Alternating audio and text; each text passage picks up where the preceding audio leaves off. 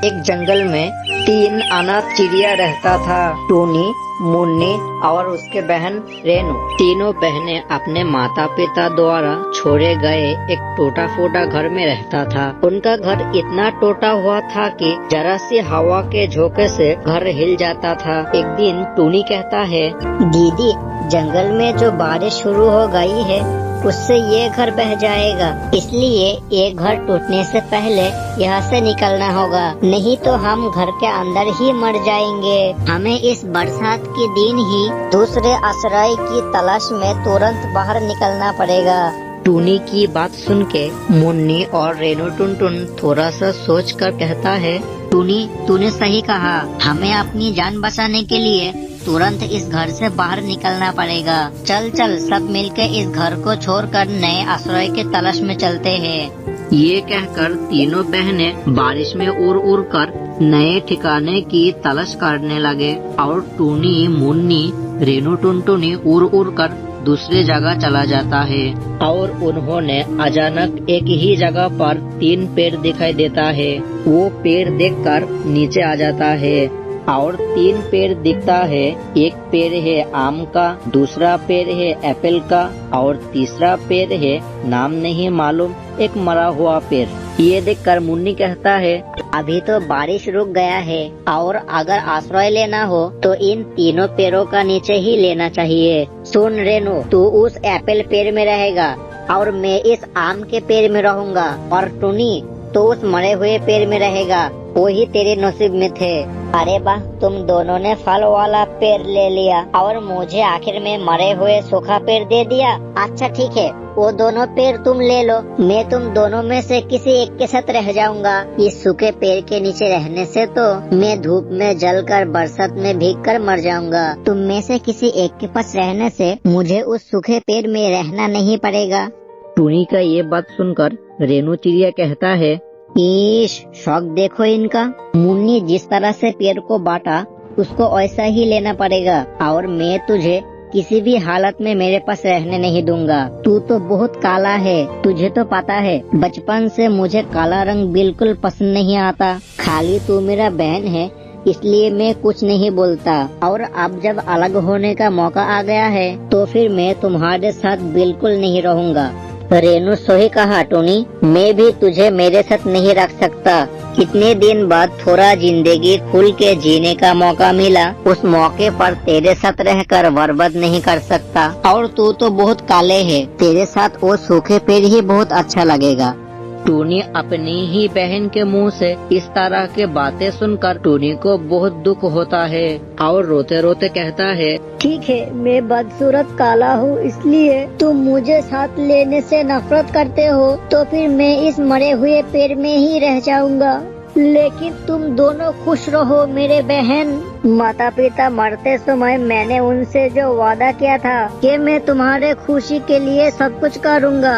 अगर अब मुझे अलग रहना है तो मैं रहूँगा, लेकिन तुम खुशी से रहना मेरी बहन। ये कहकर टूनी मरे हुए पेड़ के पास जाता है और मरे हुए पेड़ की तरफ देखकर कहता है, शायद आज मैं इस मरे हुए पेड़ में हूँ, लेकिन मैं इस पेड़ की इतनी देखभाल करूँगा कि एक दिन ये पेड़ ताजा हो जाएगा। इसी तरह बहुत दिन गुजर जाता है। टूनी अपने मरे हुए पेड़ के साथ बहुत मुश्किल से दिन गुजारा करता था। दूसरी तरफ मुन्नी और रेनू टुनटुनी उनके आम का पेड़ और एप्पल का पेड़ लेकर खुशी से दिन गुजारा करते हैं। एक दिन रेनू अपने एप्पल के पेड़ से कुछ एप्पल तोड़कर मुन्नी के घर देने जाता है और एप्पल देकर घर लौटने का समय टूनी के साथ मुलाकात होता है। टूनी रेनू टुनटुनी को कहता है, अरे रेनू, मुन्नी के घर में तेरे पेड़ का एप्पल देने गया था तो मुझे भी थोड़ा दे सकता है, मैं भी तेरा बहन ही होता हूँ ना। मैं कितना मुश्किल से इस सूखे पेड़ के नीचे रहता हूँ, क्या तुम दोनों को मेरे ऊपर थोड़ा सा भी दया नहीं आता? हम एक ही माँ की कोख से बहन है ना? तू बहन है तो क्या तुझे दया दिखाना पड़ेगा और तू कुछ मुझे दे सकता है कि हमारे पेड़ का फल दूंगा तुझे। मुन्नी मुझे उसकी पेड़ का आम देता है, बदले में मैं उसको एप्पल देता हूँ, समझी? दूसरे की चीज पर नजर देना बंद कर टूनी। तू जैसा भी रहे उससे हमें कोई कुछ फर्क नहीं पड़ेगा, समझी? ये कहकर रेनू टुनटुनी उसके एप्पल के पेड़ में चला जाता है और टूनी उदास होकर उसके मरे हुए पेड़ के पास लौट आता है। उसके बाद टूनी हर रोज सूखे पेड़ पर पानी डालता था और सूखे पेड़ के आजू बाजू में हर रोज सफाई करता था। टूनी का ये सब काम करते हुए देखकर मुन्नी और रेनू टुनटुन मजाक उड़ाता था और मुन्नी कहता है, टूनी तू क्या पागल हो गया है? उस सूखे पेड़ में पानी डालने से जिंदा हो जाएगा क्या? तुझे आदत है फेंके गई चीजों को देखभाल करने का। उसके बदले में तू उस पेड़ को काट कर उसके लकड़ी बेचकर अपने लिए कुछ खरीद सकता है। तू एक बुद्धू है, पूरा जिंदगी बुद्धू ही रह जाएगा। टूनी मुन्नी का किसी बात को जवाब नहीं देकर अपना काम करता रहता है। एक दिन मुन्नी अपना घर बनाने के लिए आम पेड़ की एक डाली काटने जाता है। तभी आम का पेड़ मुन्नी को कहता है, नहीं नहीं, तुम मुझे मत काटो। मैंने तुम्हें अपना फल दिया, रहने के लिए जगह दिया, लेकिन तुम मुझे चोट पहुंचाने के लिए मेरा डाली काटना चाहते हो। यदि मेरी डाली काटी जाएंगी तो मैं दिन ब दिन सूखता जाऊंगा। मत काटो, मेरे डाली को मत काटो। आम पेड़ का ऐसे बातें सुनकर मुन्नी को बहुत गुस्सा आ जाता है। चुप, एकदम चुप। मेरी इच्छा हुआ इसलिए मैं तेरे डाली को काटूंगा। तुझे चोट लगेगा बोल के मैं अपना घर नहीं बनाऊंगा। तू एक पेड़ है, तेरा कष्ट देखकर मैं क्या करूँ? मैं तो तेरा सभी डाली एक एक करके काट लूंगा और कुछ डाली से घर बनाऊंगा और कुछ डाली बाजार में बिक कर बहुत सारा पैसा का मालिक बन जाऊंगा। मुन्नी ये बातें कहकर आम का पेड़ काटने लगता है और आम का पेड़ दर्द से चीख उठा। दूसरी तरफ आम पेड़ की ऐसी हालत देखकर मरे हुए पेड़ टूनी को कहता है, टूनी तुम उस आम पेड़ की तरह मुझे भी काट डालोगे क्या? उस आम का पेड़ मुन्नी को फल देता है, फिर भी मुन्नी उसे काट रहा है और मैं तो तुम्हें कुछ नहीं देता। तो फिर मेरा परिणाम उस आम पेड़ की तरह होगा क्या? अचानक मरे हुए पेड़ की बातें सुनकर टूनी चमक उठता है। ये क्या, तुम तो मरे हुए पेड़ थे। तुम कैसे बात कर रहे हो? मरे हुए पेड़ कभी बात कर सकता है क्या? मैं पूरी तरह मरा नहीं हूँ। लापरवाही और उपेक्षा के कारण मैं दिन ब दिन सूखी लकड़ी बन गया। भाग्यश ईश्वर ने तुमको मेरे पास भेजा है। तुम्हारी देखभाल के कारण मैं फिर से जिंदा होने लगा हूँ, नहीं तो मैं मर गया होता। मरे हुए पेड़ की मुंह से टूनी इस तरह के बातें सुनकर बहुत खुश होता है और दिन ब दिन मरे हुए पेड़ की देखभाल बढ़ा देता है टूनी। दूसरी तरफ रेनू और मुन्नी उनके आम का पेड़ और एप्पल का पेड़ की डालियां काट काट कर पेड़ों को लगभग मृत बना देता है।